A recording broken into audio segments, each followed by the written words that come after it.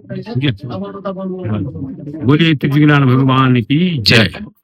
इस स्थान का नाम है त्रियुगी नारायण और मंदिर का नाम भी त्रियुगी नारायण है। त्रिविज्ञान के नाम पे ही गांव का नाम भी त्रियुगी नारायण पड़ा है। यहाँ पे मंदिर तो भगवान विष्णु का है, भगवान विष्णु का 52 अवतार और उन्हीं को साक्षी करके यहाँ पे शिव और पार्वती की शादी हुई है।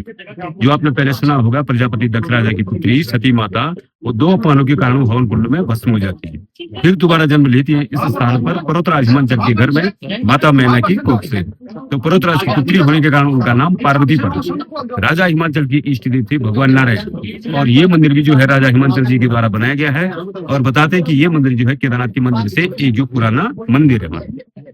यद्यपि आदि विनायक दो थे, लेकिन गणेश जी की उत्पत्ति तब हुई जब राजा माता पार्वती की शादी शिव जी के साथ हुई। तो राजा हिमांचल ने भगवान नारायण को साक्षी मान करके इसी स्थान पर जो है पार्वती मैया का कन्यादान करके शिव जी के साथ विदा किया था। फिर अंदर में थे जो अखंड अग्नि जल रही है। त्रेता और द्वापर में वो देवताओं के द्वारा प्रज्वलित अग्नि है, तो देवताओं से जलती थी। लेकिन जैसे कलयुग का प्रारंभ हुआ तो उसमें संविदा यानी लकड़ी डाल करके उस अग्नि को जीवित रखा गया है। यहाँ पे 12 महीना मंदिर खुला रहता है, 12 महीना पूजा होती है। और उसके बाद बाहर आप देख लीजिए, बाहर 4 कुंड है, ब्रह्म कुंड, रुद्र कुंड। 2 कुंडों में स्नान किया जाता है, पंच स्नानी छीटा दिया जाता है। तीसरा विष्णु कुंड है, उसमें ओम नमो नारायण करके आचमन किया जाता है। और बताते हैं कि उस कुंड के जल को पीने से पेट से संबंधित रोगों का भी निवारण होता है। चौथा कुंड है सरस्वती कुंड, उसमें पितृ तर्पण किए जाते हैं। पितृ तर्पण वही लोग करते हैं जिनकी माता पिताजी स्वर्गीय हो चुके हैं। उसके बाद 5वीं जगह धर्मशिला, जहाँ पे शिव पार्वती मैया का कन्यादान करके शिव जी राजा हिमांचल ने शिव जी के साथ विदा किया था। पूजा अर्चना करने के बाद आप लोग मुख्य मंदिर में जाएंगे तो देखेंगे बीच में भगवान नारायण जी का चतुर्भुज मूर्ति, उनके दाहिनी तरफ डोले में लक्ष्मी जी, बाईं तरफ सरस्वती जी, उनके आगे एक तांबे की शिला, उसमें 108 शालिग्राम से है।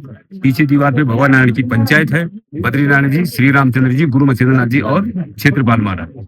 बगल पे बड़ी सी मूर्ति है सत्यनारायण भगवान जी की, उनके आगे अखंड दीपक और दीपक के नीचे शिव और पार्वती का जोड़ा मूर्ति।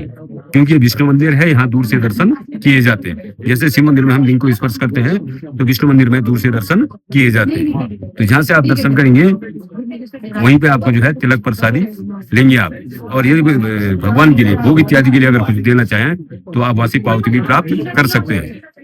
दर्शन करने के बाद तिलक प्रसादी लेंगे, उसके बाद अखंड अग्नि है, उसमें संविदा यानी लकड़ी चढ़ाने का माध्यम है और उसमें हवन किया जाता है। दर्शन करने के बाद आप बाहर आएंगे तो बाहर है पंचनाम देवता, श्री गणेश जी, श्री गणेश महाराज, अन्नपूर्णा माता, ईशानेश्वर महादेव, अर्धनारीश्वर और बजरंग बली। तो ये यहाँ का सोचो वर्णन हमारा की। बोलिए शंकर भगवान की जय, बोलिए पार्वती मैया की जय, बोलिए त्रिविज्ञान भगवान की जय।